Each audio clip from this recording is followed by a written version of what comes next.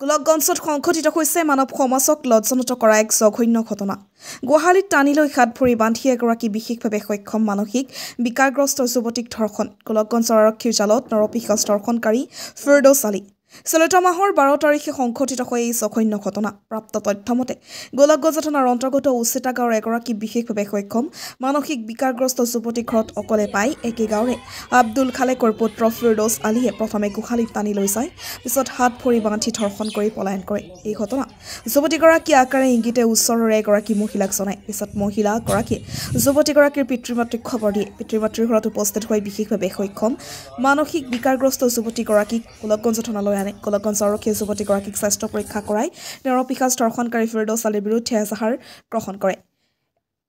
এজাহাৰ ভিত্তিত গোলকগঞ্জ আৰক্ষীয়ে কালি ফিৰদৌছ আলীক আটক কৰিবলৈ সক্ষম হয়। গোলকগঞ্জৰ পৰা তপনৰা ৰিপৰ্ট, নৰ্থ ইষ্ট ফ্ৰণ্টিয়াৰ নিউজ।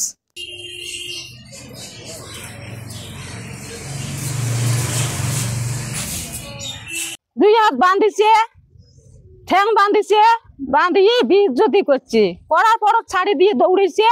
তখন মোর বেটি কান্দি কান্দিয়ে উয়ে ফুবুর বেটির গোদ দৌড়েছে। যে দেহে দিছে কইছে, তার গোদ ধরিছে, তার বাপ মা কইছে, কয়া ধরিয়েছে, দেহে দিছে।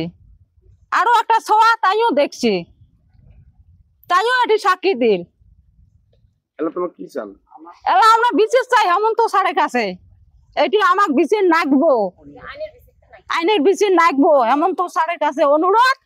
এই বিকলাঙ্গ মানুষের খুব দুঃখ করি কি মানুষ করছো, এই বিশেষ জন্ম চান, এই বিশেষ জন হেমন্ত স্যার করে খুব দুঃখ করি বাচ্চাক মানুষ করছো, খুব চিকিৎসা করছো, করিয়ে সব মই পুষ্পে নাকছো অচল ছোয়া যেটি যাক না খেয়া না দেয়া দৌড়িয়ে মোর কোনো কাম হল না। এলে বিজ্জতি কে করিল মোর বিকলাঙ্গ ছোয়ার সাথে। এমন তো স্যার তোমার কাছে মোর অনুরোধ জানানো, এই বিষয় মই চাং ই শাস্তি চাং। তামেনা বেবি মোর বেটি ফিরদৌস খুব কি করছে, মান সম্মান শেষ করছে, বিজ্জতি করছে। মুই বেটি বাঠাই আসিয়ে টকরি থানা গেছো, থানা যে থানাত কেস দিয়ে আসছো।